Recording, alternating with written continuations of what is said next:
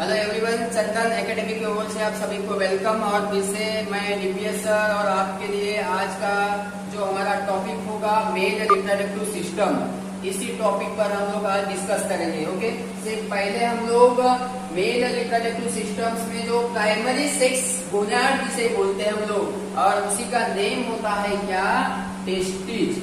क्या होगा, टेस्टिज। और यही टेस्टिज क्या डेवलप करेंगे, मेल गमेट। और जो मेल गमेट को बोलते हैं हम लोग क्या, स्पर्म। क्या बोलेंगे हम लोग, स्पर्म। और इसे क्या बोलते हैं, जर्म सेल। ठीक है, अब ये जो स्पर्म है तो ये टेस्टिज के अंदर डेवलप हो जाते हैं। तो किस तरह होते हैं उसके पहले हम लोग देखेंगे कि ये जो टेस्टिज जो होता है, ये टेस्टिज का स्ट्रक्चर किस तरह होता है। ये टेस्टिज होता है वोहलिन से, इस तरह का स्ट्रक्चर होता है किसका, टेस्टिज का। Diameter is 5 centimetre is the long, then 2.5 centimetre is the wide and 3 centimetre is the thick. Okay, ये जो आपको स्ट्रक्चर दिख रहा है, ये स्ट्रक्चर क्या है, स्क्रोटल सैक। और इसी स्क्रोटल सैक ने क्या किसको कवर करके रखा है, ये टेस्टिज को। ठीक है, ये जो स्ट्रक्चर दिख रहा है आपको, ये क्या है, टेस्टिज। और टेस्टिज कैसे होते हैं, वॉलिन शेप होते हैं। डायमीटर आपको पता हो गया, 5 सेंटीमीटर लॉन्ग, 2.5 सेंटीमीटर वाइड और 3 सेंटीमीटर थिक। ठीक है, इस तरह टेस्टिज का स्ट्रक्चर होता है।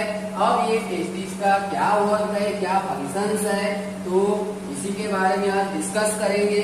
तो लेसन क्या होगा, ये टेस्टिज में हम लोग देखेंगे टीएस ऑफ टेस्टिज का स्ट्रक्चर यदि बारे में हम लोग देखेंगे तो इसमें 15 से लेकर 20 लोबुल्स यहाँ पर प्रेजेंट होंगे। ठीक है, कितने होंगे, 15 से लेकर 20 लोबुल्स। और ये जो लोबुल्स है, इसी लोबुल्स में 3 to 4 ट्यूबल्स प्रेजेंट होंगे। और यही ट्यूबल्स क्या करेंगे, स्पर्म सेल का डेवलपमेंट करेंगे। ठीक है, कैसे, क्या कि ये जो सेमिनिफेरस ट्यूबुल जो होते हैं, यही सेमिनिफेरस ट्यूबुल्स में जर्माइनल इपिथेलियम सेल होते हैं। और इन्हीं सेल का मियोसिस डिवाइडेशन होके स्पर्म सेल का डेवलपमेंट हो जाता है।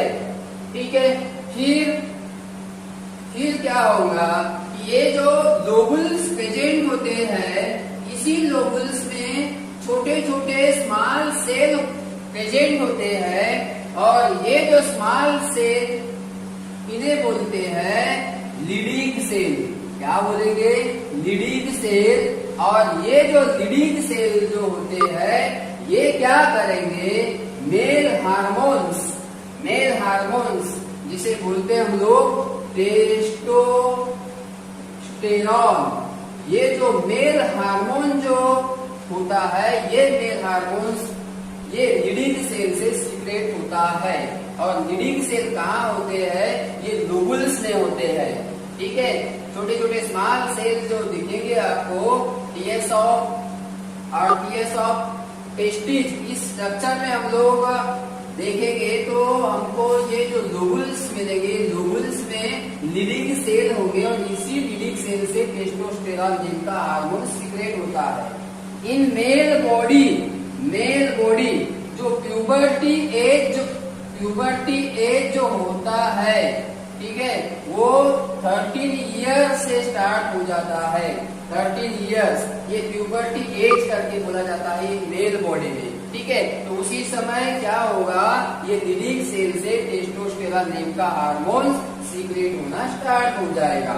ठीक है, तो इस तरह ये टेस्टिज क्या होता है, प्राइमरी इसेंशियल ऑर्गन्स होता है इन मेल रिप्रोडक्टिव सिस्टम में। ठीक है, मेल रिप्रोडक्टिव सिस्टम में फर्स्ट जो ऑर्गन्स होगा, इसेंशियल ऑर्गन, वो क्या होगा, टेस्टिज होगा। ओके, इस तरह इसका मेन फंक्शन क्या होगा, produce germ cell, that is the sperm, and produced by the testosterone male hormones. ठीक है, ये दो मेन फंक्शंस है किसके, टेस्टिस के. ओके, यदि टेस्टिस नहीं होंगे तो स्पर्म सेल का डेवलपमेंट या तो स्पर्म सेल का प्रोडक्शन किसी भी जगह नहीं होगा. ठीक है, उसके बाद में हम लोग देखते हैं कि ये जो टेस्टिस जो है, ये टेस्टिस को कवर अप करके रखा है किसने, very thin delicated structure, pouch like structure, bag like structure, also known as the scrotum. क्या बोलेंगे इसे, स्क्रोटम. स्क्रोटम के भीतर टेस्टिस होते हैं. ठीक है, पाउच लाइक स्ट्रक्चर बोला गया है स्क्रोटम को. तो इस तरह ये सारे पूरे स्क्रोटम हो गया. देन उसके बाद में इपिडिडाइडेमिस, उसके बाद में वास डिफरेंस, ये सारे कुछ ejaculated duct, seminal vesicle gland, prostate gland, corpus gland, secondary accessory part of the male reproductive system बोलेंगे इन्हें. क्या बोलेंगे, secondary accessory part of the male reproductive system. और primary part of the male reproductive system किसे बोलेंगे हम लोग, testis को बोलेंगे. ओके, इस तरह आज के इस लेक्चर में टेस्टिस का वर्क क्या है, किस तरह स्ट्रक्चर होता है, क्या फंक्शंस है, ये सारा पूरा पॉइंट हम आज के इस लेक्चर में डिस्कस कर चुके हैं. और मैं आपसे विनती करता हूँ कि आपको यदि ये मेरा लेक्चर अच्छा लगा हो तो इसे लाइक और सब्सक्राइब जरूर कीजिए. Okay, thank you.